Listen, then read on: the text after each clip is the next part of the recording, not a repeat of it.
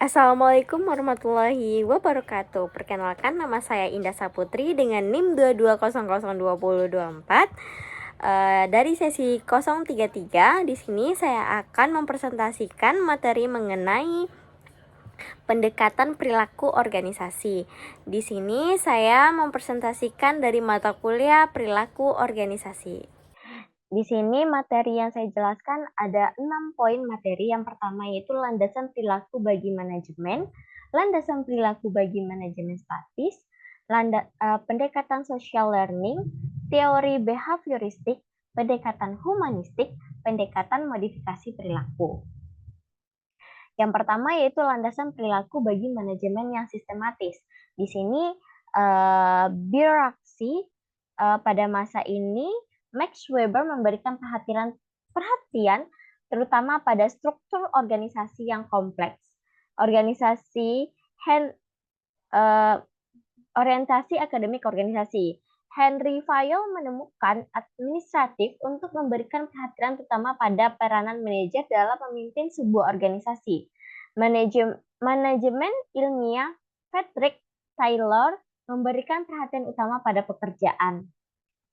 Di sini ada 2 pendekatan. Yang pertama yaitu pendekatan social learning.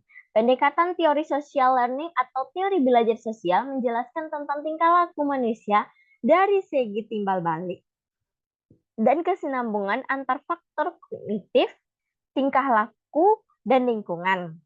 Manusia dan lingkungan merupakan faktor-faktor yang saling menentukan secara timbal balik. Dalam proses determinisme timbal balik itulah terdapat kesempatan bagi manusia untuk mempengaruhi nasibnya maupun batas-batas kemampuan untuk memimpin diri sendiri. Yang kedua ada pendekatan modifikasi perilaku. Ada 2 pendekatan sistem modifikasi perilaku yaitu pendekatan sistem kata. Sistem kata sistem dapat diartikan sebagai gabungan dari komponen-komponen yang terdiri dari sub-subsistem yang saling berkaitan. Sedangkan pendekatan kognitigensi, pendekatan ini muncul sebagai tanggapan atas ketidakpuasan terhadap universalitas dan kebutuhan untuk memasukkan berbagai variabel di lingkungan ke dalam lingkungan dan praktik manajemen. Yang kedua ada landasan perilaku bagi manajemen statis. Metode yang digunakan dalam analisis eksperimental perilaku didasarkan pada filosofi B.F. Skinner behaviorisme radikal yang didasarkan pada yang pertama yaitu segala sesuatu yang organisme lakukan adalah perilaku, termasuk berpikir. Yang kedua yaitu semua perilaku hal yang memungkinkan dirinya bereksperimen dipelajari. Pusat dari analisis perilaku adalah penggunaan empatrim kontingensi atau memotivasi operasi diskriminatif, stimulus, respons, memperkuat rangsangan untuk menggambarkan hubungan fungsional dalam kontrol perilaku. Di sini yang pertama yaitu memotivasi operasi yang menentukan apakah atau tidak organisme perilaku yang akan terpengaruh oleh akibatnya. Yang kedua yaitu diskriminatif stimulus yang merupakan pengaturan dan isyarat atau dapat dikatakan menjadi kesempatan untuk ditanggapi.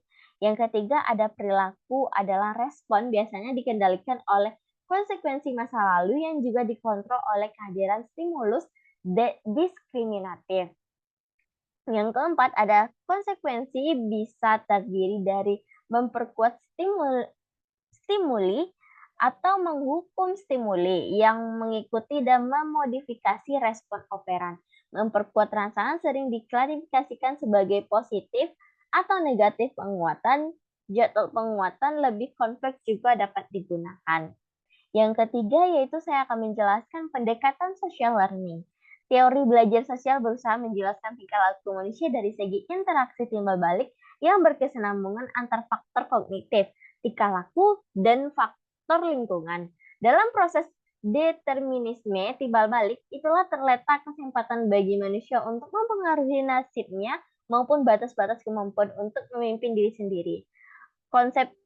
Konsepsi tentang cara manusia berfungsi secara semacam ini tidak menempatkan orang semata-mata sebagai objek tak berdaya yang dikontrol oleh pengaruh-pengaruh lingkungan ataupun sebagai pelaku-pelaku bebas yang dapat menjadi apa yang dipilih manusia dan lingkungan merupakan faktor-faktor yang saling menentukan secara timbal balik.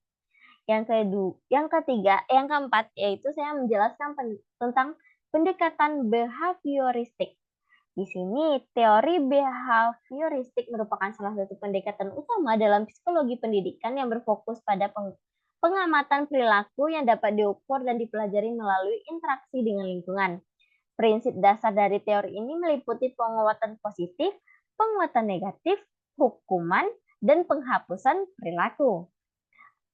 Penguatan positif melibatkan pemberian stimulus yang menyenangkan setelah perilaku yang diinginkan, sehingga meningkatkan kemungkinan perilaku tersebut terulang di masa depan.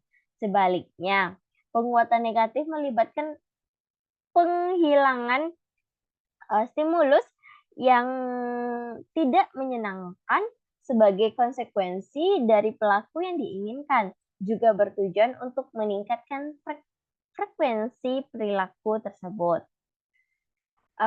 Teori behavioristik dapat dijelaskan juga melalui belajar adalah perubahan perilaku yang dapat diamati, diukur dan dinilai secara konkret.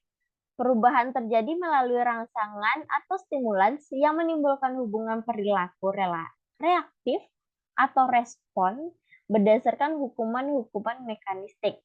Stimulus tidak lain adalah lingkungan belajar anak, baik yang internal maupun eksternal, yang menjadi penyebab belajar. Humanisasi berarti memanusiakan manusia, menghilangkan kebendaan, ketergantungan, kekerasan, dan kebencian dari manusia dengan melawan 3 hal. Yang pertama yaitu dehumanisasi atau objektivasi teknologi, ekonomi, budaya, dan negara. Yang kedua, agresivitas atau agresivitas kolektif dan kriminalitas. Yang ketiga yaitu loneliness atau privasi individual. Baik, di sini saya juga akan menjelaskan mengenai pendekatan modifikasi perilaku. Menurut Gordon dan Wilson menjelaskan bahwa modifikasi perilaku ada cara-cara yang dapat digunakan untuk mengubah perilaku, baik perilaku converse, aktivitas internal yang tidak tampak dapat diobservasi oleh orang lain, maupun overt, perilaku yang nampak dengan suatu perilaku yang berlebihan atau eksesif, ataupun perilaku yang kurang. Baik, ini hanya ini yang dapat saya jelaskan. Mohon maaf kalau ada pengucapan kata atau kalimat yang salah. Mohon dimaafkan. Terima kasih. Assalamualaikum warahmatullahi wabarakatuh. Terima kasih.